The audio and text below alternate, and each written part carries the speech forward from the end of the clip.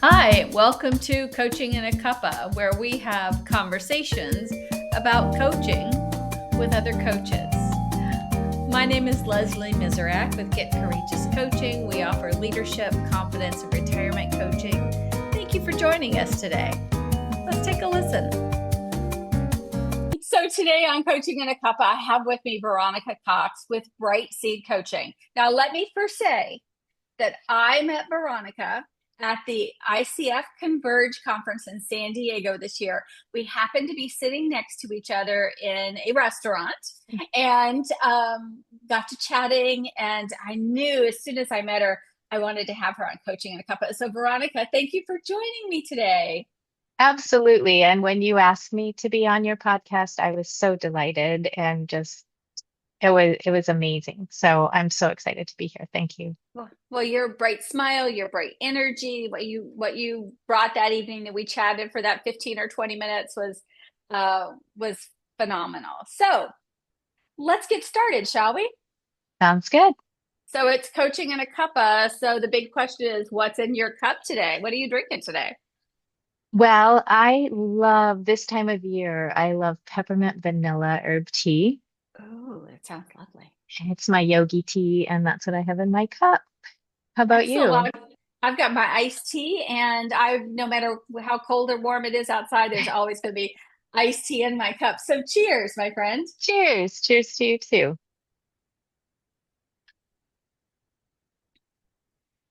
So, as we jump in and start talking about coaching, I'd love to know a little bit about your coaching journey. Tell me how you arrived at Bright Seed Coaching. Well, I spent many, many years in corporate America Mhm. as a leader. And my management level leadership role started out because I was a high performing individual contributor. Hmm. So, ta-da, I was a manager and I managed three people, realizing that I was not a proficient manager. I made a lot of mistakes and initially, and I was on a journey for maybe 10 to 12 years to figure out how to be a graceful, effective leader. And one thing I've picked up in over the years is leadership is determined by followership. And if you don't have followers, you're not a leader. And Hmm. initially, I didn't have any followers because nobody wanted to follow me. I was micromanaging. I didn't know that it was a whole different job. So, as I started to embrace those if more effective and graceful leadership qualities, I started to realize how much it positively affected the entire organization. My relationships with my employees, my relationships with my peers, my relationships with my boss, helping other people improve their relationships with each other. And it was so magical. And that became my favorite part of the job. Before that, I, well, during that as well, I focused on brand strategy and developing and building brands and e-commerce business units. But it was that dynamic of bringing together effective teams and helping people see the joy in their work and the value of what they did. That's really where it started. And I couldn't get enough of it. So I decided to do it full time. Hmm. And, one of the reasons I decided to do it full time is it took me, like I said, 10, 12, maybe 14 years to figure it all out.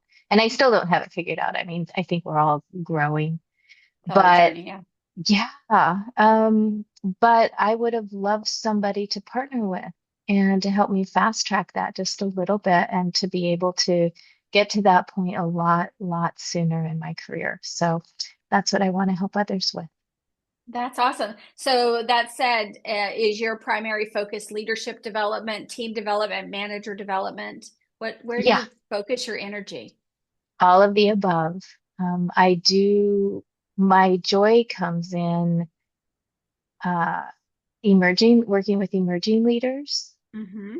or managers who are stuck.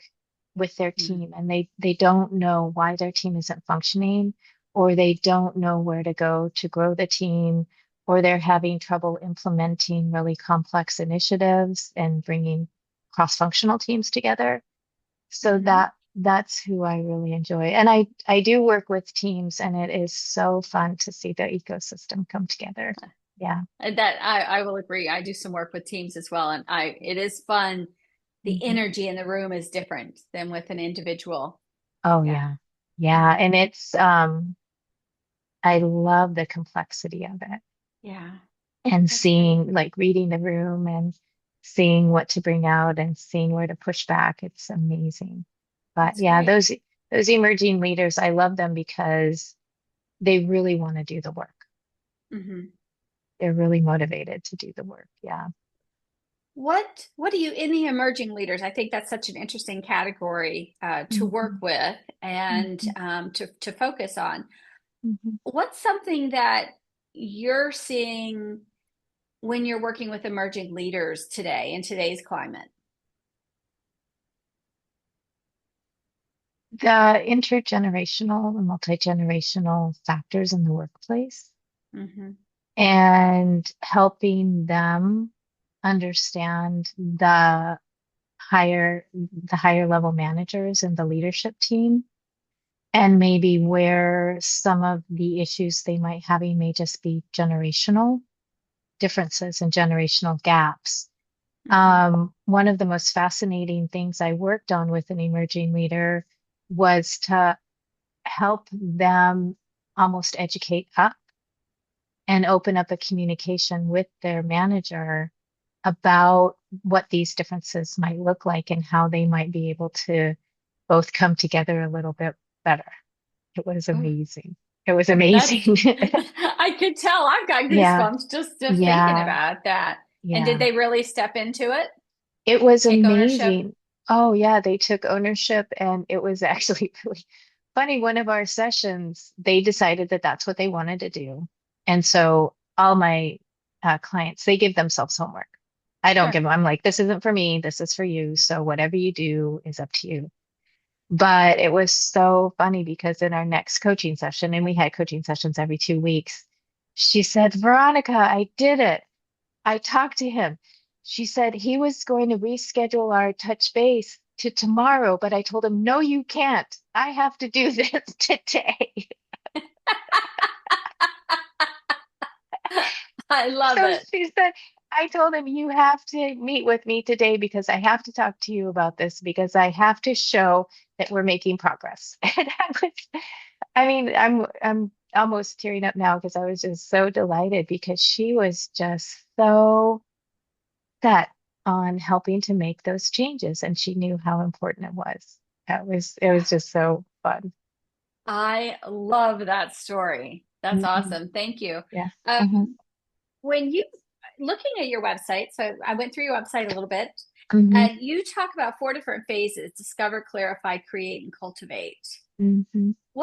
How do you take someone through that phase, or what do you want us to know about those four different phases when you work with your clients?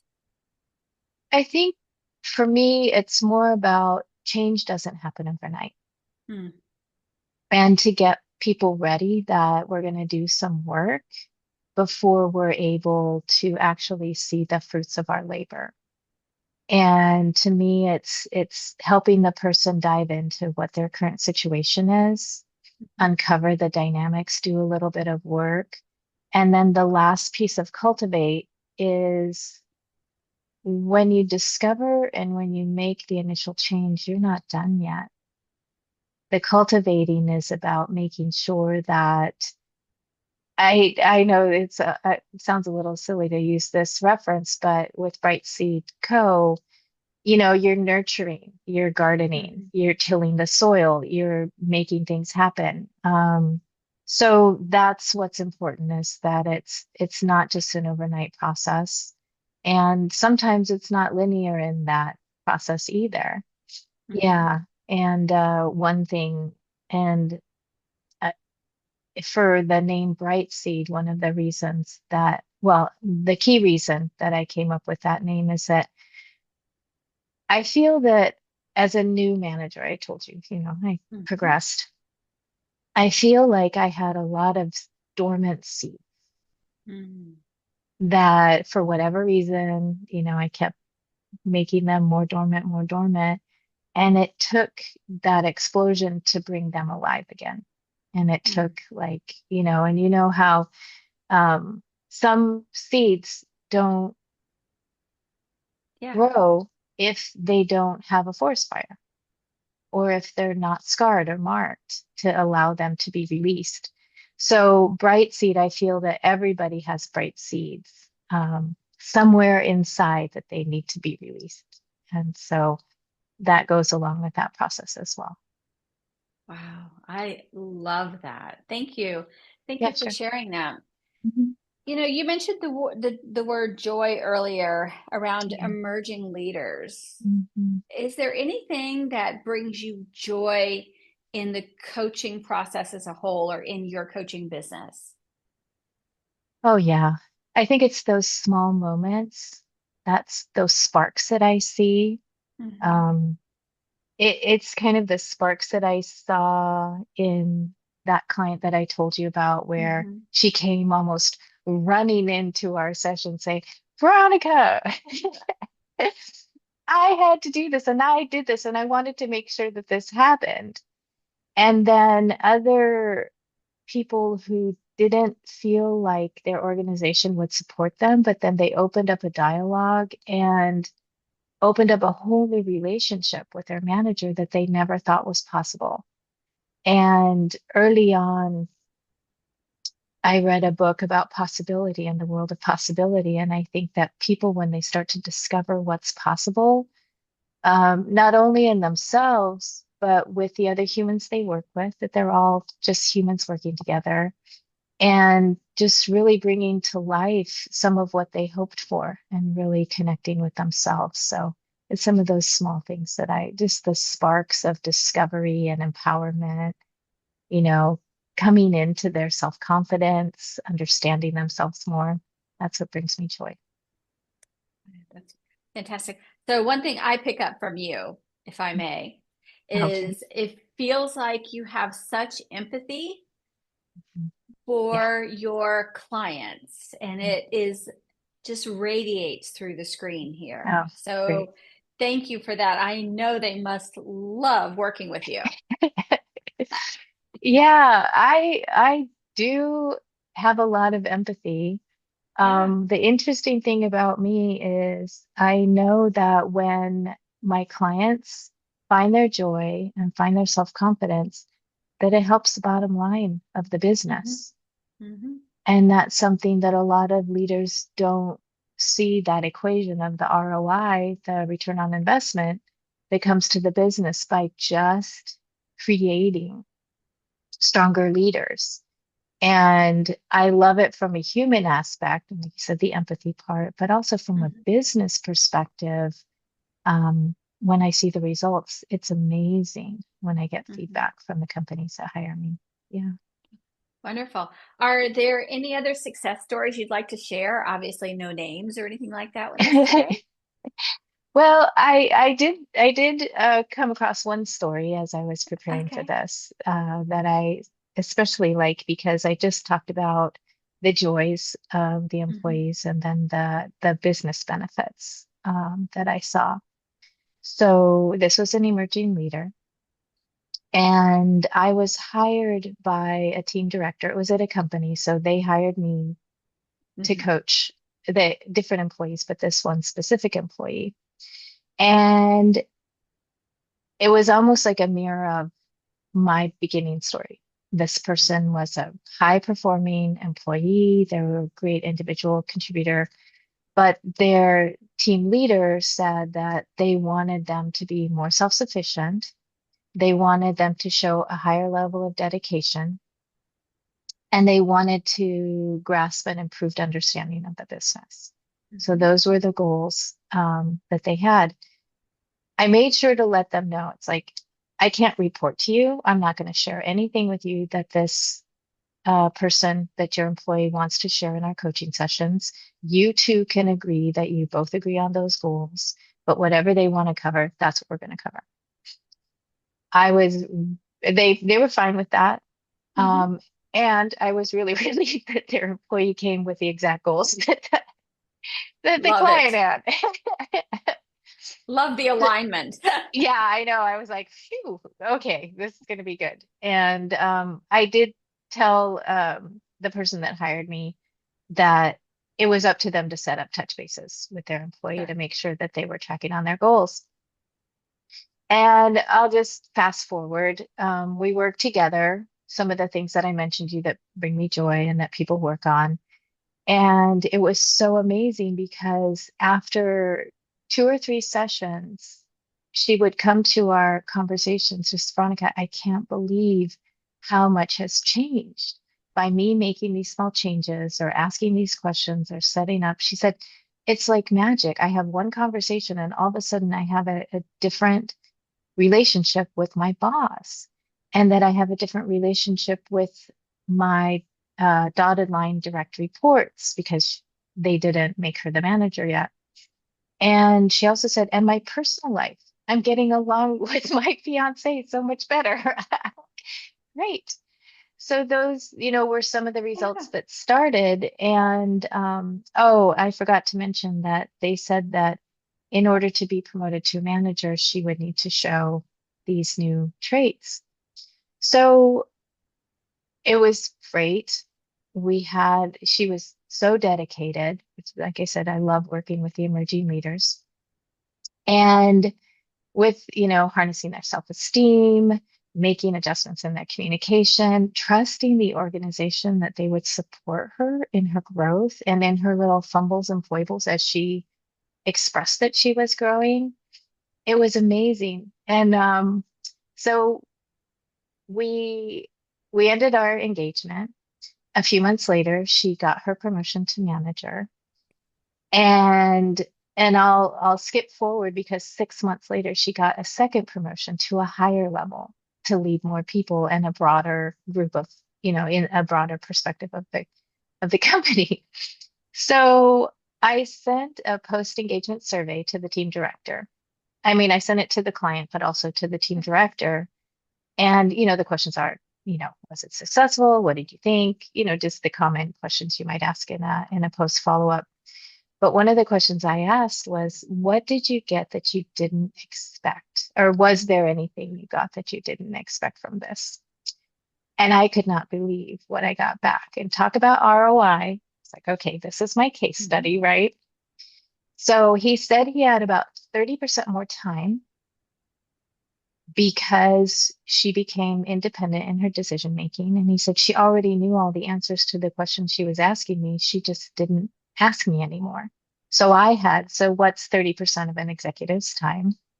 Wow. And then he said the team overall was taking on projects that they weren't taking on before because she trusted herself, the team trusted her, and they started initiating more projects that they wouldn't otherwise do. And then he said, and she still wants to work here. He didn't tell me this before, but she was a flight risk, and which is why he wanted to get her coaching. So she had one foot out the door when we started our coaching. So when I heard, especially the 30% more time, because I worked at executive level and I know what time is worth, Hmm. not just money, but That's just, huge. yeah, huge. So he could work on higher level strategy. He could take a little break from time to time. Yeah. So for me, that was, I'm so glad I asked that one question because I got such a gem. But so that's my story. That's a phenomenal story. And yes, that 30% is a great number. Heck, 10% would be a great number, right? Mm, 3% sometimes would be a great number, but 30%, that's huge. But then on top of it, that flight risk, reducing that flight risk, because it takes replacing an employee, 1 to 3 times their salary at the yeah, cost of replacing an employee. So that's a exactly. huge return on investment and a great Yeah. story. I love that. So Yeah. I think that's fantastic. Well, as I start to kind of wrap us up a little Yeah. bit, Hmm. if someone was considering working with you and Brightseed Yes. Company, what are Yes. some of the first steps they should take even before booking a discovery call or a strategy session with you? What should they be thinking about coming to the table before they even go to your website, which we'll talk about in just a moment? Well, if it's a company, Mm-hmm. making sure that they're going to support their employees through the process Mm-hmm. and making sure that they know that it's not just an overnight process.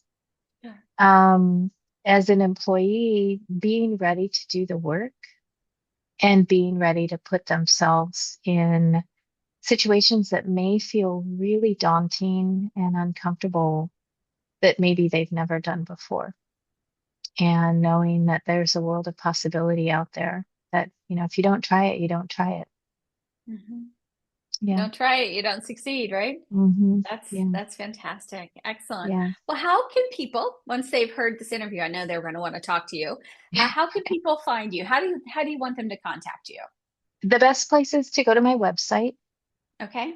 I feel like the proof is in the pudding. I Okay. have testimonials on my website. I have a way that people can book I do a 45-minute discovery call. Great. So if Hmm. somebody wants to book a discovery call, they can do an intake, or I call it a discovery questionnaire, um, where I give them the option to share it with me on the discovery call, and I think it's a great exercise for them to do just for themselves about, what are they looking for? What are their goals? What are their challenges? What are some things that help them succeed? And it's a really great tool just for them for self-discovery. And so if you go to my website, it's just brightseedco.com. And yeah, I would love to connect with people. Awesome. Well, I will make sure that that contact information is in the show notes. So thank you so much, Veronica, Yeah, for joining me today. And I look sure. forward to for the next time I get to sit next to you in a restaurant. Oh We'll yeah, have I to would we'll love have that to too. make that Well, happen, okay? yes, we definitely will. Thank you so Thank much, Leslie. thank you so much and cheers to you, my friend. Cheers to you too. Thanks. Thank you. Thank you so much for joining us today for Coaching in a Cuppa. We hope you enjoyed this conversation. You can listen to other coaching conversations at getcourageous.com/cuppa. Have a great day.